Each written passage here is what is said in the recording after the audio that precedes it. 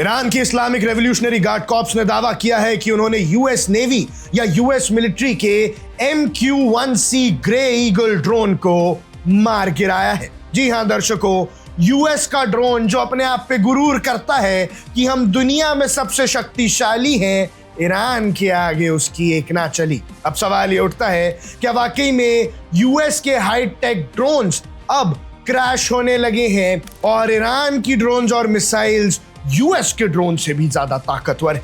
ये सिर्फ एक साइकोलॉजिकल वॉरफेयर का हिस्सा भी हो सकता है, लेकिन भैया ईरान अब यूएस को ऐसी मार मार रहा है कि ट्रंप बहुत बुरे फंस गए हैं। इसका पूरा मिडिल ईस्ट और ग्लोबल सप्लाई पर असर पड़ रहा है और आज हम इस पूरे जियोपॉलिटिकल मामले को डिकोड करने वाले हैं। पहले इस वक्त समझते हैं कि क्या बात चल रही है। ईरान ने यूएस का ड्रोन गिरा दिया है, गल्फ की टेंशंस नई हाइट पे पहुंच चुकी हैं, स्ट्रेट ऑफ हॉर्मुज फिर से एक बार इरप्ट हो चुका है, वहां पर आसमान में ड्रोन चल रहे हैं और न्यू गल्फ फ्लैश पॉइंट बन जाएगा और ईरान अब यूएस के हर ड्रोन का जवाब ईंट का जवाब पत्थर से देने वाली नौबत में आ चुका है।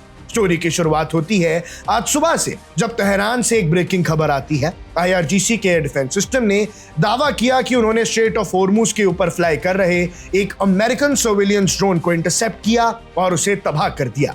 ईरान की स्टेट मीडिया ने स्पेसिफिक डिटेल्स देते हुए कहा कि यह ड्रोन कोई आम ड्रोन नहीं है, बल्कि MQ-1C ग्रे ईगल है, जो कि मशहूर प्रेडेटर फैमिली का एक एडवांस्ड वर्जन है। ये ड्रोन रिकॉनेसेंस, सर्विलियंस और यहां तक कि मिसाइल अटैक्स के लिए भी जाना जाता है। लेकिन अब बात करते हैं इस पूरे इंसिडेंट की ज्योग्राफी और उसकी इंपॉर्टेंस की। स्ट्रेट ऑफ हॉर्मुज कोई आम समुद्री रास्ता नहीं है, ये पूरे ग्लोब का सबसे क्रिटिकल मैरिटाइम चोक पॉइंट है। दुनिया का लगभग 20 से 30% तेल इसी पतली सी वाटर बॉडी से होकर गुजरता है। एक तरफ ईरान है और दूसरी तरफ गल्फ कंट्रीज। ऐसे में अगर यहाँ एक छोटी सी चिंगारी भी लगी तो पूरी दुनिया में क्रूड ऑयल की कीमतें आसमान छूने लगेंगी, नेचुरल गैस की किल्लत होगी। LPG गैस की किल्लत याद है ना आपको? हमारे देश ने ही अभी कुछ महीने पहले झेली थी, उससे बदतर हाल पूरी दुनिया का हो जाएगा। लेकिन इस पूरी खबर में एक ट्विस्ट है। वॉशिंगटन यानी यूनाइटेड स्टेट्स की तरफ से अभी तक कोई ऑफिशियल कंफर्मेशन नहीं आई है और वहीं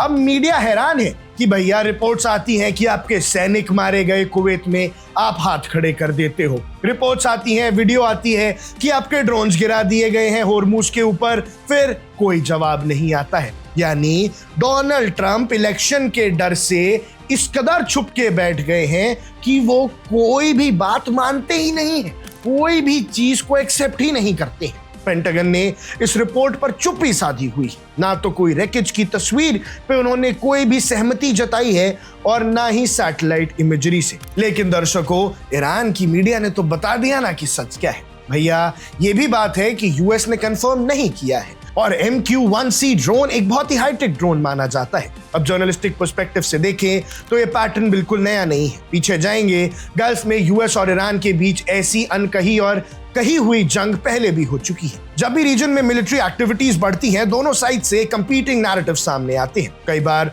वॉशिंगटन ने एक्सेप्ट किया है कि उनका ड्रोन गिरा है, लेकिन वो ईरान के दावे को खारिज कर देते हैं कि ड्रोन ईरानियन एयर स्पेस में था। यूएस हमेशा कहता है कि उनका एसेट इंटरनेशनल एयर स्पेस में फ्लाई कर रहा था, जबकि ईरान का कहना होता है कि वो अपनी बॉर्डर की हिफाजत कर रहा था। लेकिन इसके पीछे सच भी देखो दर्शकों, ईरान कोई बेवकूफ तो है नहीं। अगर यूएस अपने ड्रोन भेजेगा, आसमान में ड्रोन घुमाएगा, बरसाएगा, ईरान के ऊपर हमले करने की कोशिश करेगा, तो ईरान चुप थोड़ी बैठेगा। सवाल यह है कि टेंशन इस वक्त इतनी ज्यादा क्यों बढ़ गई है। पिछले कुछ हफ्ते में हमने देखा कि मिडिल ईस्ट में स्ट्राइक्स और काउंटर स्ट्राइक्स का एक सिलसिला चल रहा है। एक ऐसी सिचुएशन बन गई है जहां दोनों देशों के मिलिट्री एसेट्स एक दूसरे के आमने सामने हैं। ऐसे माहौल में एक सर्विलियंस ड्रोन का गिराया जाना सिर्फ एक मिलिट्री लॉस नहीं है, बल्कि एक बहुत बड़ा पॉलिटिकल मैसेज है। ईरान इस एक्शन से यह दिखाना चाहता है कि उसकी एयर डिफेंस कैपेबिलिटीज इतनी स्ट्रांग है कि वो टॉप टियर अमेरिकन टेक्नोलॉजी को न्यूट्रलाइज कर सकता है। डिफेंस एनालिस्ट का मानना है कि अगर ये खबर कंफर्म हो जाती है तो आने वाले दिनों में हमें यूएस की तरफ से एक बड़ा रिटेलिएशन देखने को मिल सकता है। यूएस आमतौर पर अपने हाई वैल्यू मिलिट्री एसेट्स पर हुए अटैक को हल्के में नहीं लेता है। भैया हजारों करोड़ का नुकसान हुआ है तो बदला लेने की तो यूएस भी सोचेगा। अगर पेंटागन ने इसे कंफर्म किया तो हो सकता है कि गल्फ रीजन में एडिशनल वॉरशिप्स डिप्लॉय किए जाएं या फिर ईरान के उन एयर डिफेंस फैसिलिटीज को टारगेट किया जाए जिन्होंने इस ड्रोन को हिट करने का दावा किया है। इस पूरे मामले में इंटरनेशनल कम्युनिटी की सांसें अटकी हुई हैं। ग्लोबल मार्केट्स इस वक्त बहुत क्लोजली मॉनिटर कर रहे हैं कि आगे क्या होता है। अगर बात बढ़ती है और स्ट्रेट ऑफ हॉर्मुज में शिपिंग ब्लॉक होती है या कोई कमर्शियल वेसल इस टेंशन की लपेट में आता है तो ग्लोबल इकोनॉमी पर इसका बहुत बुरा इंपैक्ट पड़ेगा। मेन क्वेश्चन वही रहता है, क्या ये वाकई में एक फिजिकल शूट डाउन है या फिर ईरान की तरफ से एक स्ट्रैटेजिक अनाउंसमेंट ताकि वो रीजनल प्रेशर बिल्ड कर सके। जब तक पेंटागन का ऑफिशियल बयान या कोई सॉलिड फिजिकल एविडेंस सामने नहीं आता तब तक ये गल्फ का सबसे नया और डेंजरस फ्लैश पॉइंट बना रहेगा। हम इस खबर पर लगातार नजर बनाए हुए हैं और ऐसे में आपकी जो भी राय है हमें कमेंट सेक्शन में जरूर बता दीजिएगा। अब ईरान इतना ताकतवर हो चुका है, उसकी मिसाइल्स, उसके ड्रोन्स इतने इफेक्टिव हो चुके हैं कि यूएस के न्यू टेक्नोलॉजी वाले अमेरिकी हथियार भी काम नहीं आ रहे हैं। ऐसे में ईरान के पास अब अपर हैंड है। जो भी आपकी राय है कमेंट्स में बताइएगा। अब देख रहे हैं वन इंडिया, मैं हूं आकुश Kaushik.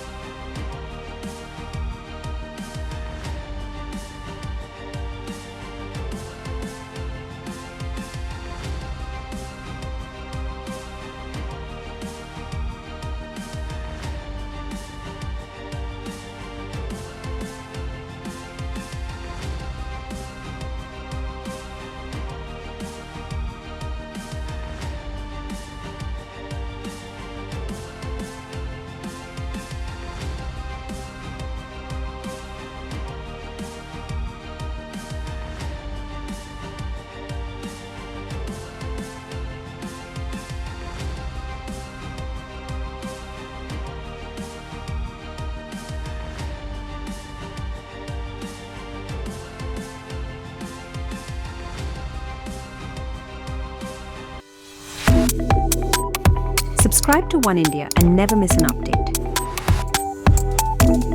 Download the One India app now.